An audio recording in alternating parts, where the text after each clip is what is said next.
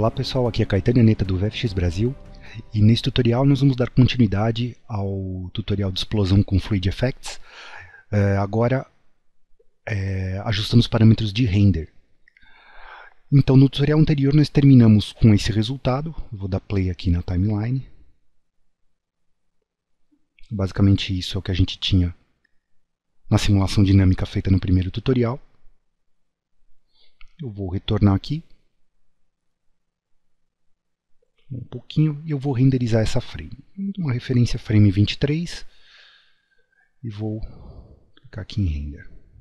Bom, o resultado inicial que nós temos é um borrão. Basicamente isso daqui está longe de parecer uma explosão, uma fumaça ou qualquer outra coisa que possa ser usada decentemente num efeito especial.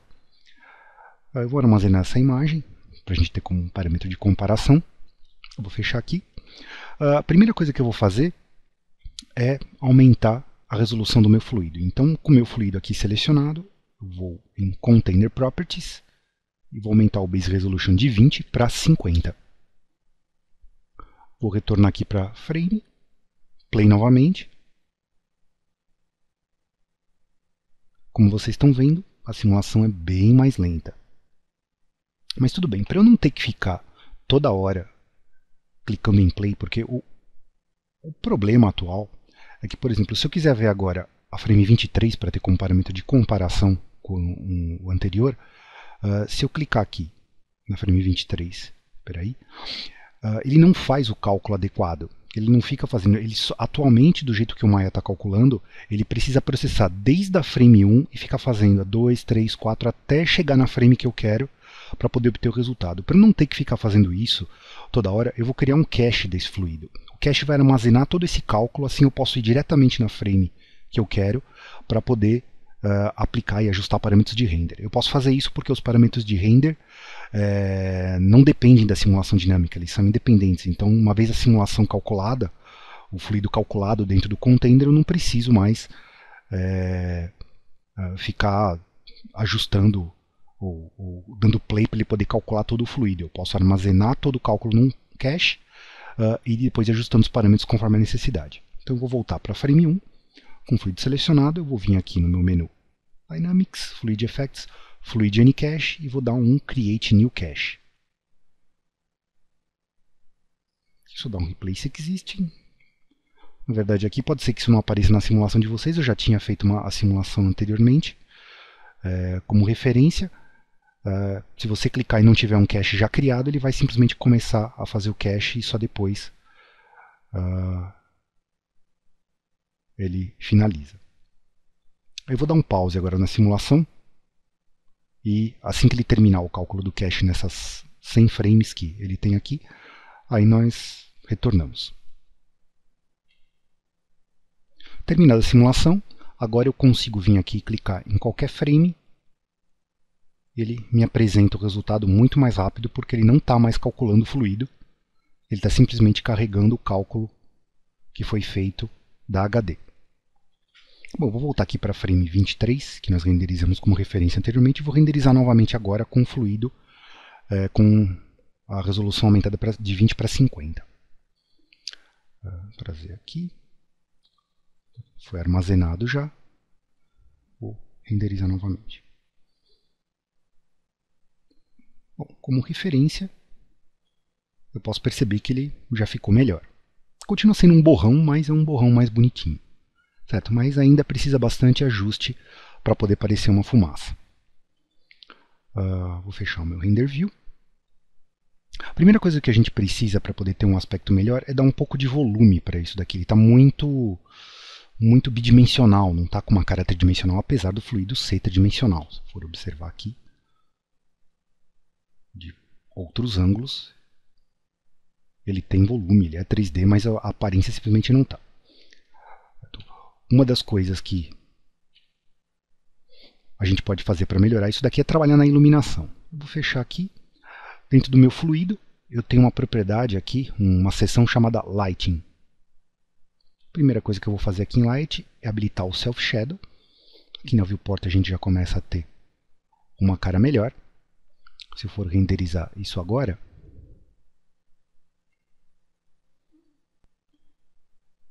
Inicialmente eu não tenho assim uma mudança muito das maiores, apesar de que dá para perceber alguma coisa aqui de sombra que já foi adicionada no cálculo do render. Mas eu vou melhorar um pouco isso daqui. Um pouco mais para baixo, nas propriedades do Lighting, eu tenho essa opção Real Light. Como eu não tenho luz nenhuma na minha cena, ele está usando essa informação aqui. Essa luz, que seria uma luz default, que ela não existe na cena, ela só é incidida no fluido. Ele não afeta nenhum outro objeto. Se tivesse outros objetos aqui, essa luz não incidiria. O resto dos objetos ele estaria sendo afetado pela luz default que o Maya cria na ausência de uma luz. Então, para ele poder usar uma luz em comum, eu vou criar uma nova luz aqui. Lights, Directional Light. Vou aqui posicionar ela um pouco. Vou rotacionar ela aqui. Vai ficar com uma inclinação de mais ou menos uns 40 graus. Certo? Não se baseie muito aqui na viewport, porque ele continua usando, seleciona aqui o fluido novamente, ele continua usando a luz de referência que ele tem aqui para poder calcular o self-shadow. Esse tipo de resultado aqui a gente só vai conseguir ver as sombras ocorrerem a partir dessa luz no render. Outra coisa que eu preciso fazer, que se eu for renderizar agora também não vai dar certo, é ligar a sombra aqui. Use Ray Trace Shadows. Vou trazer o meu render aqui de novo, Render View. Atualmente ele está com Maya Software. Bom, como parâmetro, eu preciso, para que ele renderize as sombras com Ray Trace, eu preciso vir aqui nas propriedades do Maya Software e habilitar o Ray Tracing. Caso contrário, não calcula sombra nenhuma. Eu vou mudar depois o render para Mental Ray, por ele ser um pouco mais rápido no cálculo. Mas assim, para a gente ter um parâmetro de comparação qual era o resultado anterior, com esse eu vou manter o Maya Software. Então agora ele começa a usar, a luz sendo usada está diferente, essa daqui é aquela luz default que ele usava antes, essa daqui é com a luz que a gente acabou de criar. Ainda não muito interessante, mas ele já começa a ter um aspecto de volume, ele começa a ter um pouco mais de característica tridimensional, não fica tão chapado como estava anteriormente. Mas nós ainda vamos acertar vários parâmetros. Guardar isso como referência. Como eu havia comentado antes, voltar aqui de novo, eu vou mudar no render para o Mental Ray. Você pode perceber, esse aqui com Maya Software, esse aqui com Mental Ray, não existe muita diferença, certo? Diferença bem sutil, certo? Mas o render já ganhou. De 15 segundos que demorava antes, temos agora 7 segundos com o Mental Ray. Armazenar essa frame aqui de novo e fechar. O próximo parâmetro agora que nós vamos mexer aqui do fluido, selecionar o meu fluido de novo, fechar aqui as opções de Lighting, eu vou vir aqui em Shading. Só antes ainda de mexer no Shading, em Shading Quality, só para trazer um outro detalhe aqui, se você for observar, aqui a qualidade do fluido, em alguns pontos, você nota aqui que o contorno fica meio quadriculado, fica uma escadinha aqui mostrada. Isso você consegue resolver na opção Shading, aliás, na opção Shading Quality, mudando o Render Interpolator de Linear para Smooth. Eu tenho já a imagem armazenada, renderizar novamente. E aqui eu já tenho uma qualidade, se você for notar aqui está quadriculado. E aqui já está muito mais suave o contorno do fluido. Certo? O Smooth ele faz. Na verdade ele fica quadriculado porque ele acaba pegando a resolução dos voxels. Que a gente mudou aqui para 50, já ficou melhor do que aquela primeira. Que aqui você percebe que fica bem quadriculado porque a resolução é muito baixa. Vamos na frame. Fechar aqui. A próxima coisa que nós vamos fazer agora, aqui na opção de Shading, vou vir aqui.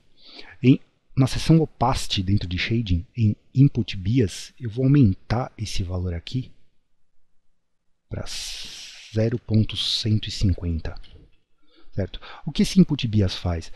Ele pega os voxels próximos aonde o fluido tem a densidade maior que zero e começa a preencher esse fluido. Ele deixa, na verdade, a densidade mais opaca.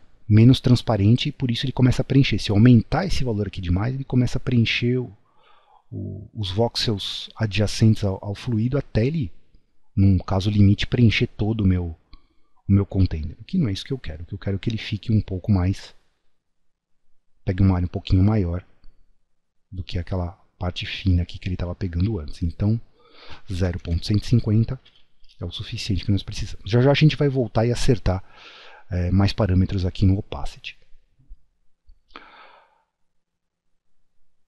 Próxima coisa que nós vamos fazer, fechar temporariamente o shading.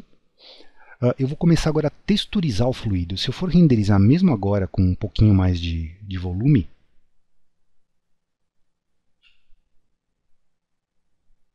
ainda assim está muito suave. Esse aspecto aqui que eu tenho do meu fluido está deixando todo o resultado aqui muito suave. Eu preciso um pouco mais de detalhe nessa fumaça. Para isso eu tenho a opção de, em Textures, ele aplicar uma textura 3D. Na verdade é uma textura procedural, que ele aplica no fluido e isso deixa ele com mais detalhe, de forma que não precisa aumentar demais a resolução do fluido, que já foi aumentado de 20 para 50, para poder obter um resultado melhor. Eu vou habilitar essas opções Texture Incandescence e Texture Opacity.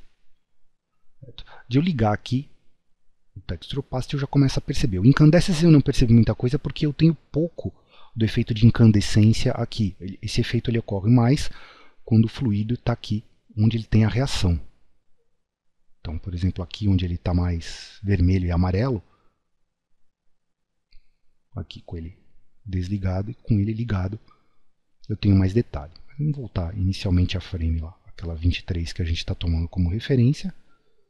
Certo?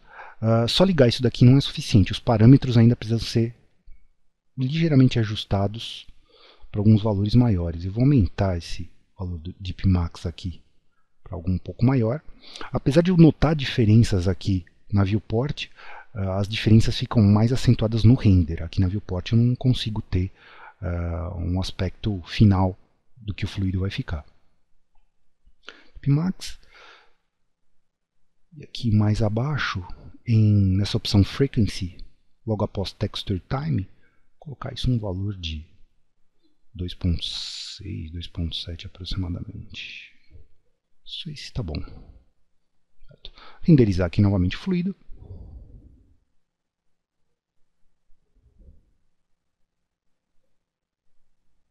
Já começa a ter um aspecto um pouco melhor.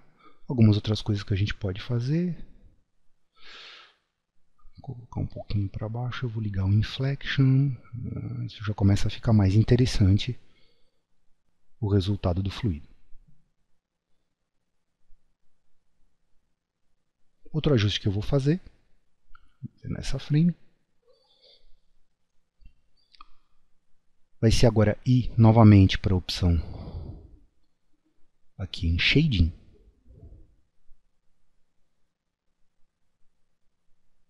Voltar aqui onde a gente mexeu naquele valor 0.150, Opacity, e vou trabalhar um pouco com esse gráfico. Esse gráfico, na verdade, o que ele faz? Seria uma maneira de ele mapear a densidade do fluido, transformar a informação de densidade do fluido em opacidade aqui. Opacidade seria o voxel ficar mais transparente ou mais opaco, dependendo do que eu tenho. Aqui ele está com um parâmetro linear, ou seja, é uma relação de 1 para 1. Então, conforme eu vou clicar aqui para poder deixar o gráfico maior, o que ele quer dizer? Aqui esse eixo ele representa a opacidade e esse eixo aqui na vertical representa a densidade. Então o que eu tenho? Quando a densidade é zero, a opacidade também é zero. Então não tenho nada preenchendo o voxel. Aqui quando a opacidade é 1, quando a densidade é 1, a opacidade também é 1, então ele fica totalmente opaco. Eu trabalhando aqui em cima, eu começo a ter, eu vou criar um outro parâmetro aqui. Basta eu clicar aqui na curva para poder adicionar novos pontos.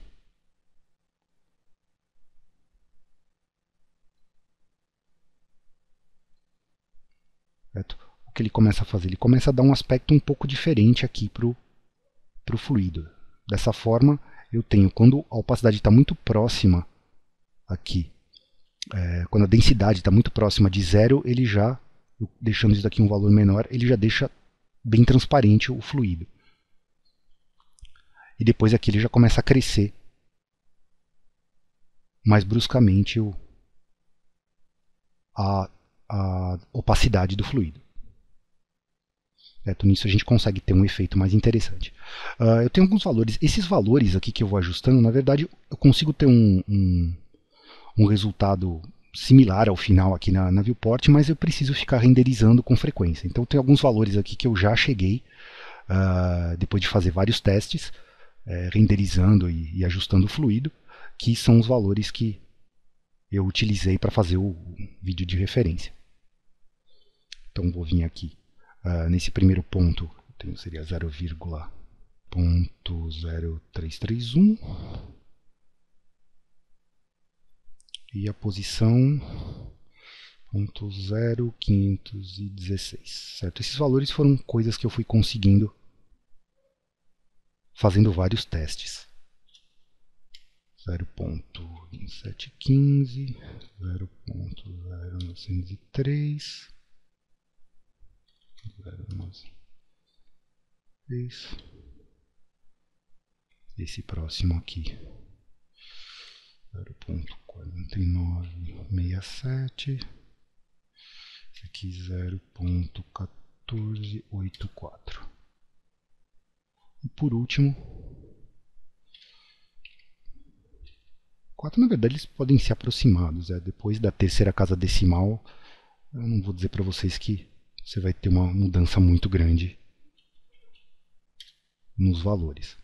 Certo? Mas aqui vai ser o resultado que eu obtive nos testes que eu renderizei. Verificando, checando os valores aqui, basicamente é isso daí mesmo. Vou fechar aqui.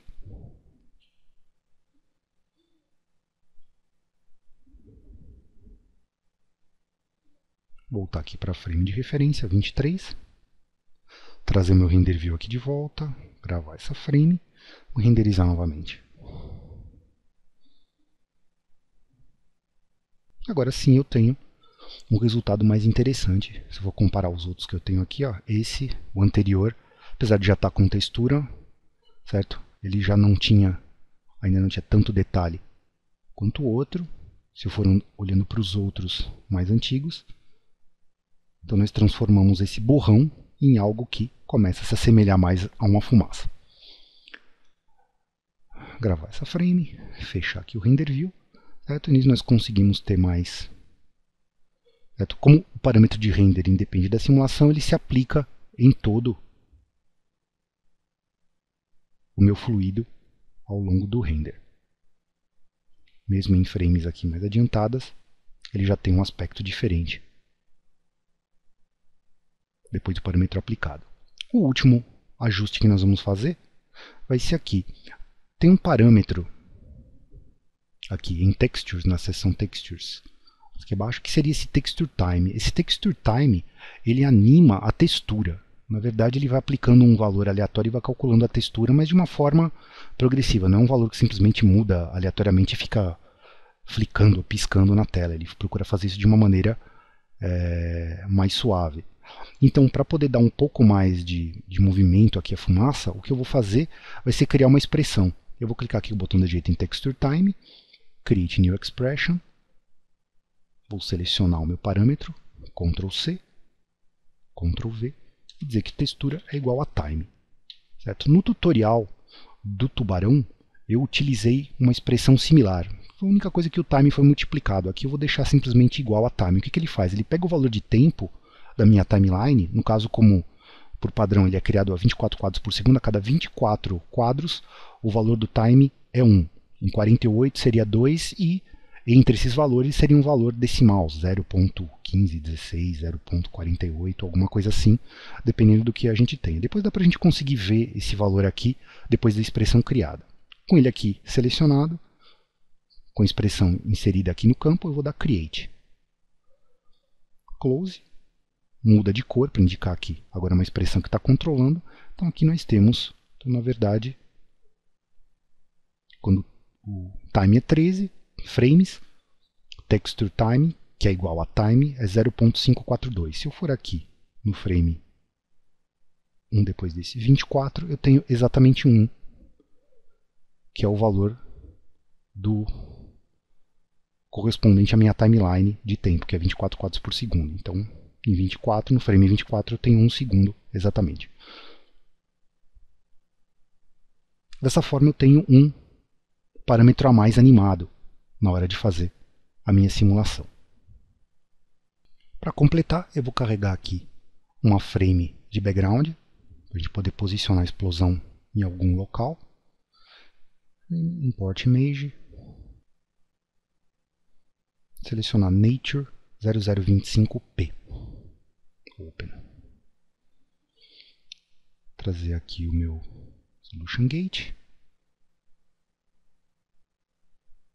E aqui em vertical, para ele poder pegar toda a área da minha frame, da minha resolução aqui de render. Eu vou só dar um ajuste aqui um pouquinho melhor. Vou renderizar essa frame aqui de referência para a gente ver como é que fica. Aqui, armazenar outra e render.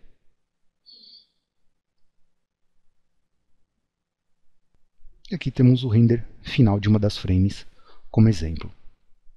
Essa imagem aqui que eu usei de fundo, ela foi pega de um site de imagens free. Eu tenho ele aqui. É esse freeimages.co.uk. E essa daqui foi a imagem que eu peguei aqui de referência. Fica dentro desse site, que é referência em Nature Views. Se você quiser pegar alguma outra para experimentar, ou você tiver sua própria imagem, você também pode carregar de fundo e colocar a explosão nela. Como exemplo aqui, eu tenho uma animação já renderizada. Na verdade, eu tenho dois exemplos. Tenho esse aqui, onde eu tenho a explosão um pouco mais distante, colocada um pouco mais longe. E tem um outro